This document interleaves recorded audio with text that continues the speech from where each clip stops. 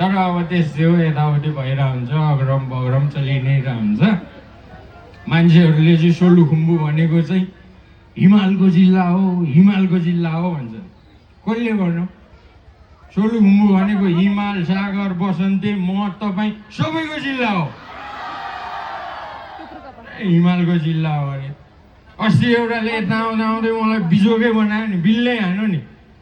सोलुखुम्बु भनेको त आलु उत्पादन गर्ने जिल्ला हो भन्थ्यो। हो रहेछ नि साथी रे।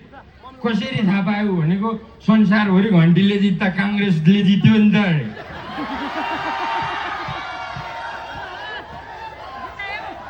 खासमा सोलुखुम्बु भनेको बिउ जोगाउने जिल्ला हो।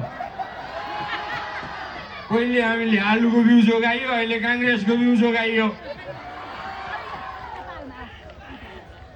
बालेन बालेन रे। एकजनाले बालेन बालेन भनेर हुन्छ, बसाइ सर्दा गएको नि उतै।